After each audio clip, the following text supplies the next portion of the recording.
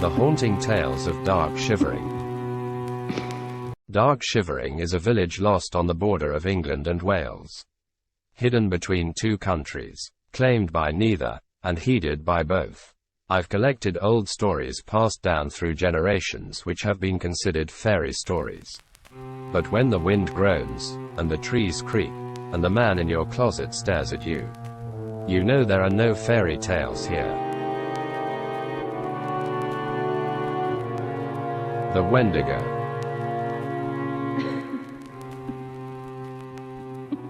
Wendigo's heritage is from the First Nations in America. Not England or Wales, you'd think.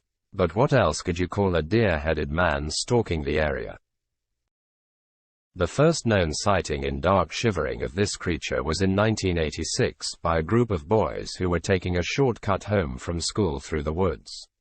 It was late November, and by the time they'd entered the woods at gone 3:30 it was already beginning to get dark. They walked along their usual route that after years of many children pounding the woodland floor had created their own path through the oak trees. The boys were telling jokes and pushing each other around when they came to an immediate stop as they all heard a noise from above. It sounded like a crow cawing, and lots of movement in the branches. Just as they were looking at each other shrugging off the noise, a huge form dropped from the trees and landed next to them. In the ruckus that ensued, the boys had such a shock that they were running into each other and screaming whilst the form in front of them grew in size. Some of the boys ran off without ever seeing properly what they were running from, but 3 of the boys had been frozen in fear and stood staring at this figure that was slowly rising from its landing position. Each time it stretched itself more into a standing position, the boys could hear cracking-type noises as if its bones were breaking at every move. Within seconds it had risen to its full height, and all 3 boys said it was over 8 feet tall. In their terror, they thought it was a man wearing the mask of a stag. But as they took a last look before running off, they could see it breathing through its nostrils and opening its mouth. As its mouth was open, all 3 boys heard the voice of their schoolteacher, and they were unmistakably told to run.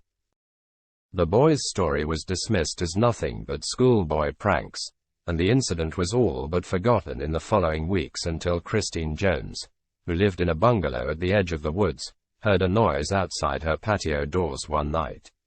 She pulled the curtains open and stared out into the darkness.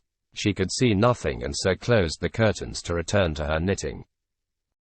Just as she was about to sit down, she was sure she heard a noise outside again. It was probably a cat or something, she thought. But thinking it best to check, she grabbed the curtains and pulled them apart. There, standing behind her curtains, was a Wendigo. It was tall with a man's torso, but the head was that of a stag. Its antlers were majestic, but its eyes were stone-cold dead. Christine's heart sped up as the horror took a hold.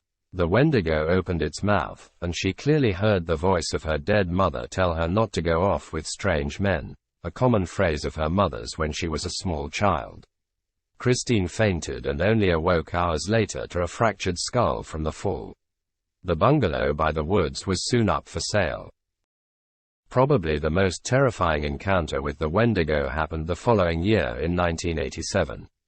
2 men, Dave Jones and Tony Brown, were out until late one evening fishing in the local pond. They had been sat there all afternoon and evening, and they were just starting to lose light. Neither had caught any fish all day, and so when Tony suddenly got a bite on his line as they were packing away, both men became excited at the prospect of at least one catch of the day. Tony began to slowly and carefully reel it in. It felt as though it could be a large fish as the pull on the line was strong. As the line got shorter and shorter, Tony began to see movement under the water. He pulled it to the water's edge where Dave had a net waiting to scoop up the fish. Tony quickly realized it wasn't a fish that he'd caught, but some kind of wood or something entangled in his line. He reached in the water to sort out the tangled mess and grabbed at what he thought was a branch. He pulled it hard out of the water and turned to Dave to get the net ready. Dave laughed and told Tony he'd caught an old deer skull instead of a fish. As they both laughed and pulled on the skull, suddenly it gave way and came out of the water with great ease. Both men fell backwards and found themselves looking up at the Wendigo. Dripping with water and algae caught on its antlers, the deer raised its head to the sky and let out an angry growl, warning the two men of its displeasure. The body was of a toned man. It lowered its head to look at the scared men, but they were no longer there. They'd left all their fishing tackle and run off into the night. The final sighting in the area that was reported in the 80s was by a teenage boy who had been left alone to babysit his sister whilst his parents were out for the evening. He had invited a friend over to watch films with him as his sister was only 5 years old and so was in bed by 8 p.m. After they had watched the film, the friend left his house to walk home at about 10:30 p.m. He closed the door and walked back into the lounge when he heard a knock at the door. He thought his friend had forgotten something and so went back to the door and opened it. His friend was nowhere to be seen. Outside his gate, however, stood the Wendigo. The boy was terrified and slammed the door. He locked it and put the chain and bolt across. Unsure of what to do next, he heard more knocking. He decided to look through the spy hole quickly, but wished he hadn't. The Wendigo was now stood on his porch step. He started panicking and then heard the door rattle as if the creature was trying to come in. Thank goodness he'd bolted the door. Unfortunately, this had no stopping effect on the Wendigo as he watched the bolt slowly moving back to its open position. The boy was quick thinking and moving. He ran upstairs to grab his sister from her bed. He told her to hold onto his back as he heard the chain on the front door being ripped from its frame. Luckily for him, he'd climbed down the drainpipe to sneak out many times before and so was able to maneuver himself and his sister down to the ground. He ran to his neighbor's house, but as he was about to bang on the door, his parents pulled up into the driveway.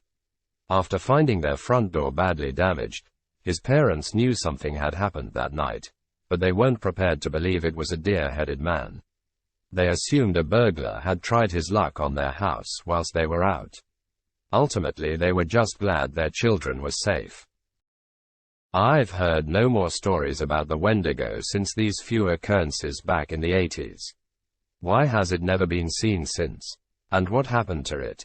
Maybe it's moved on to another village. Dark Shivering has lots more stories to give up, and I'm always collecting them for future books. Join me next time for more haunting tales of Dark Shivering. Don't forget to click like and subscribe so you never miss another ghostly episode.